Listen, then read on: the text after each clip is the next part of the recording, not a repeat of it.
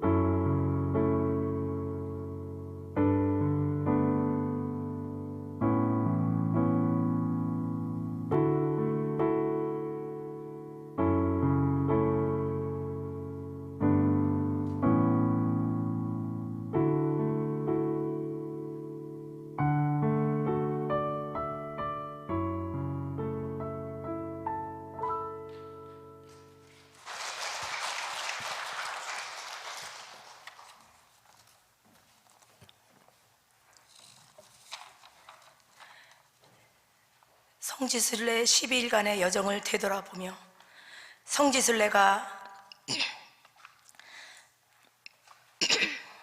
성지순례지가 이스라엘 요르단에서 튀르키예, 그리스, 이탈리아로 변경되면서 이미 저는 2013년도에 그곳으로 성지순례를 다녀왔던 터라 잠시 고민하고 망설였지만 항상 마음 한켠에 아련히 생각나고 언젠가는 다시 가보고 싶은 곳이었기에 또 다른 은혜를 기대해보며 24명의 순례단과 함께 하기로 했습니다. 긴 비행 끝에 도착한 튀르키예는 예전보다 한층 강화된 기독교 억제 정책들로 인하여 공공장소에서 마음 놓고 기도와 찬양을 할 수 없었고, 이스탄불 시내의 성 소피아 성당은 모스크로 개조되어 일반인들의 출입을 막고 아잔 소리만 울려 퍼지는 곳이 되어 있었습니다. 다행히 2층은 개방되어 있었지만 벽에 성화 복원 작업은 중단되었고 천장의 상화들도 흰 천으로 가려놓는 등 안타까운 상황으로 변해 있었습니다. 이 땅에 예배가 회복되고 하나님께 영광 올려드리는 찬양이 울려 퍼지기를 소망하며 아쉬움과 무거운 마음을 안고 발길을 돌렸습니다. 그 후 저희가 도착한 곳은 로마 시대의 기독교 박해를 피해 인적 드문 곳으로 숨어들어 굴을 파고 작은 교회를 만들어 예배드리던 지하 도시 대린구유였습니다. 예배 처소와 세례터, 삶의 공간들이 잘 보존되고 남아 있었는데 여러모로 제한된 극한 환경 속에서도 힘겹게 그들만의 방식으로 신앙을 지켜나갔던 굳센 삶의 흔적들이 가슴 뭉클함으로 다가왔습니다. 아시아 7교회 중 몇 교회를 돌아보다 만난 빌라델비아 교회. 삶은 가난했지만 늘 열심을 품어 칭찬받았던 빌라델비아 교회는 지진으로 무너지고 오랜 세월 비바람을 견뎌내면서 굵은 기둥 몇 개만 굳건하게 서 있었으며, 작은 언덕 위에 교회터만 덩그러니 남아있는 골로새 교회는 흐드러지게 핀 들꽃들만이 우리들을 반겨주었습니다. 그곳에서는 눈치 보지 않고 마음껏 찬양할 수 있었으며, 찬양할 수 있다는 것이 이렇게 감사한 일인지 다시 한번 생각해보는 시간이었습니다.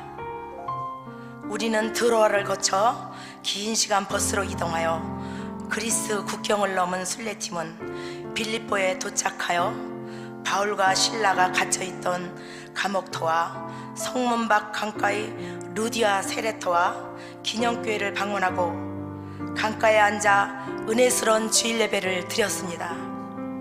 목사님 말씀을 통해 사도 바울이 겪었던 고난들을 생각하며 우리 삶 가운데 고난이 찾아왔을 때 주님을 더욱 붙잡으며 기도와 찬양을 통해 슬픔과 고난이 변하여 은혜와 평안이 되는 참 은혜를 누리기를 소망하게 되었습니다.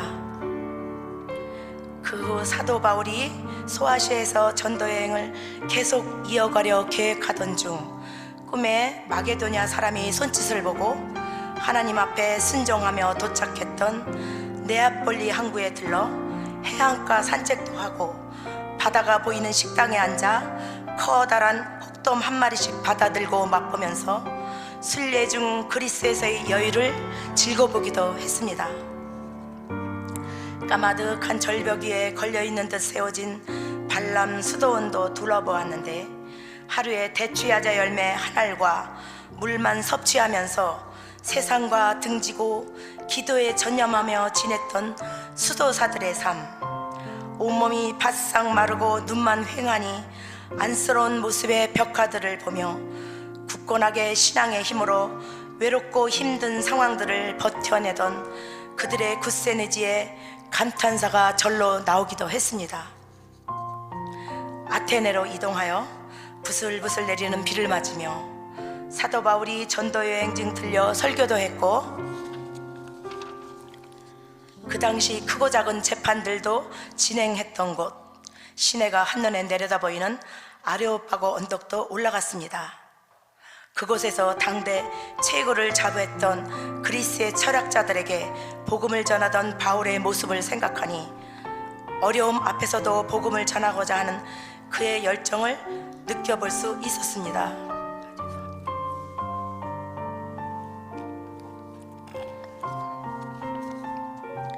갱그레아 항구에 들러 실라와 누가, 브루스길라 아굴라 부부와 함께 사도 바울이 결단하는 심정으로 삭도로 머리를 깎고 에베소를 향해 떠났던 바닷가의 기념교회와 복원해 놓은 타일 바닥을 보면서 이 정도라도 바울의 흔적을 접해볼 수 있게 되어 다행이라 여겨보며 작은 조약돌 몇 개도 기념으로 주워왔습니다.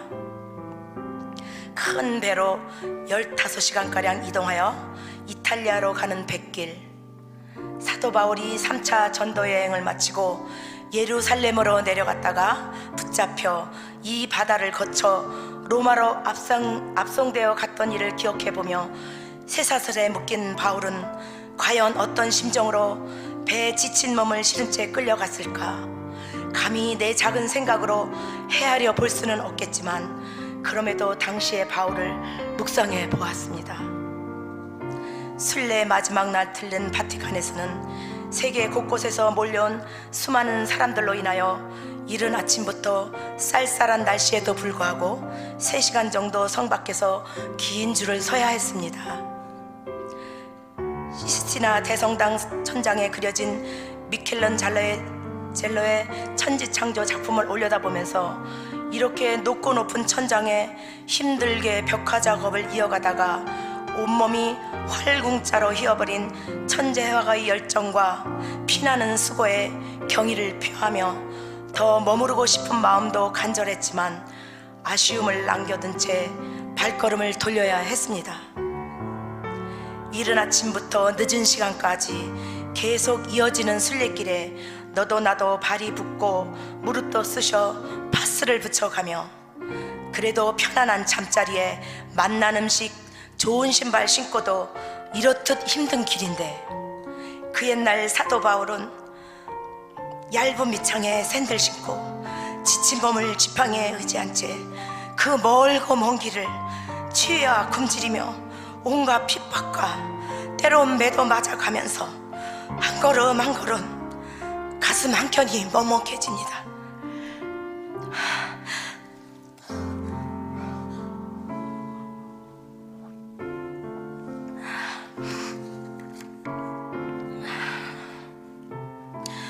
오직 하나님 한 분만으로 만족하며 헌신과 충성, 순종으로 살아낸 사도 바울의 고귀한 삶을 돌아보면서 사소한 일에도 상처받으며 대접받기를 즐겨했던 우리들의 부끄러운 모습들이 떠올랐습니다.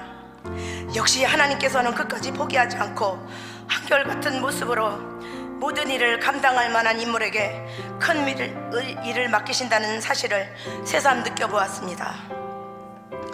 사도 바울이 쇠사슬에 묶인 채 로마로 끌려와 참수담한 곳에 세워진 교회와 묶였던 돌기둥도 보았는데 이곳에서 잘려진 바울의 머리가 3번 굴러떨어진 곳에 샘이 솟아나는 기적이 일어났다는 설명을 들으며 숨쉬는 것조차 조심스러웠습니다. 한 사람의 헌신과 순교 위에 수많은 신앙의 결실이 맺어진다는 사실을 기억해보며 참으로 고귀하고 값진 순교였음을 다시 한번 마음 깊이 새겨보았습니다. 순교의 역사가 흐르고 흘러 동쪽 끝 작은 나라 우리들에게도 복음의 씨앗이 민들레 홀씨처럼 날아와 뿌리 내리고 열매 맺히게 됨을 생각해보며 우리를 향한 하나님의 크신 계획하심에 감사할 수밖에 없고 순종할 수밖에 없음을 고백하게 됩니다. 복음 전파, 선교는 우리에게 부탁하시는 것이 아니라 주님께서 강하게 명령하고 계심을 다시 한번 되새겨보는 값진 시간이었습니다. 이번 성지순례 여정에 수고한 모든 손길들 위해 하나님의 축복과 은혜가 가득하기를 바라며 순례길 시작부터 끝까지 함께 해주신 하나님 아버지 감사합니다. 아버지 사랑합니다.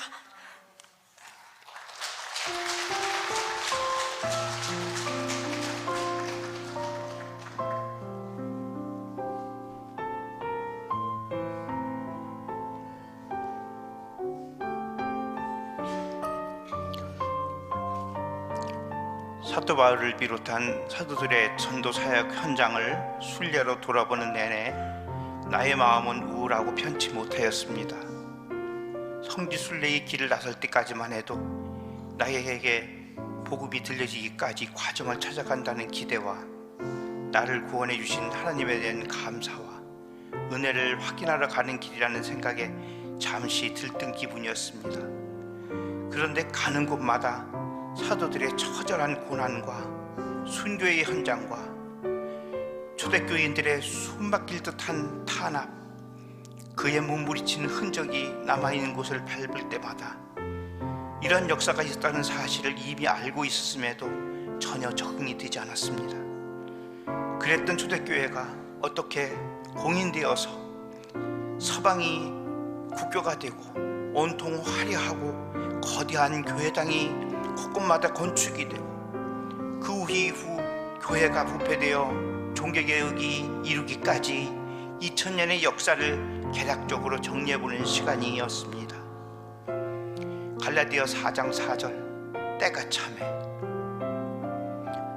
아담을 만드실 때부터 세상이 종말이 이루기까지의 역사 가운데 주님께서는 왜 하필이면 2000년 전 유대 땅 베들레헴의 마구간에서 그때에 그 시기에 오셨는지를 새삼 이해할 수 있는, 유적들만으로도 상상이 가능한 남은 기둥이 위대한 건축물을 대신하고 현대기술에 필적할 만한 수돗물의 물길이 그 엄청난 토목기술, 그리고 대리석으로 포장된 길을 가는 곳마다 만날 수 있었습니다.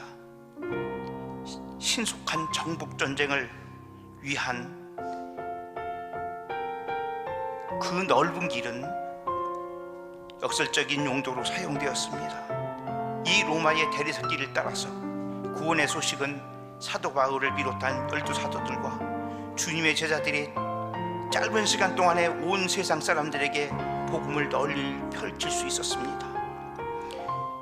당시 아시아와 유럽은 헬라 제국과 로마 제국에 이어서 하나가 되었고 언어도 똑같았으니 주님의 제자들은 복음이 전이기까지 이보다 더 좋은 때가 없었습니다.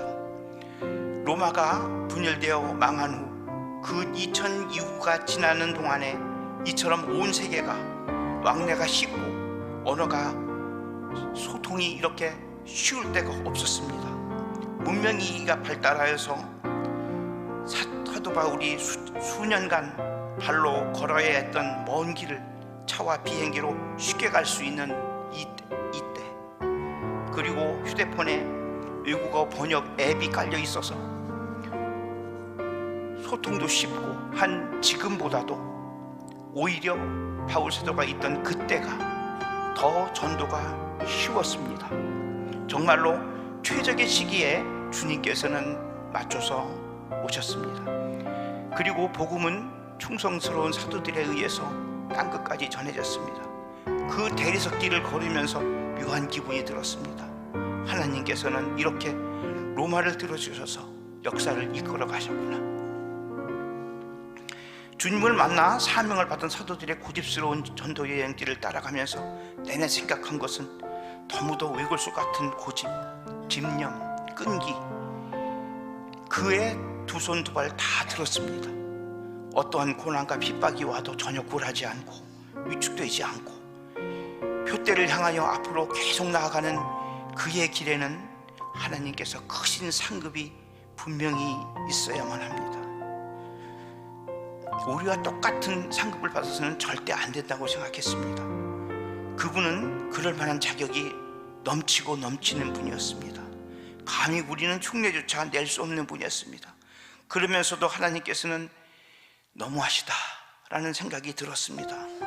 그렇게 힘든 전도 여행 길인데 하나님께서 가라고 명령하셔서 간 길인데 좀 더 덜 힘들고 좀 더 편하고 좀 더 쉽게 좀 더 즐기면서 보람있게 갈 수는 있지 않을까. 물론 이런 안쓰러운 저의 생각과 달리 바울 사도는 그런 생각은 전혀 안 했을 겁니다. 사도 바울은 전도 여행길이 과정이 힘들고 고난이 심할수록 보람이 있고 성취 결과의 희열을 느꼈음이 분명합니다. 로마서 15장에 보면 이제는 이 지방에 일할 곳이 없고 또한 여러 해 전부터 서바나로 갈 때에 소아시아 땅과 그리스 땅을 두루 다닌 사도 바울은 이제 로마를 거쳐서 땅끝인 서바나로 가기를 꿈꾸는 로마서의 구절에서 그분의 들끓는 희열이 고스란히 전해집니다. 참으로 대단하신 사도 바울을 다시금 만났습니다.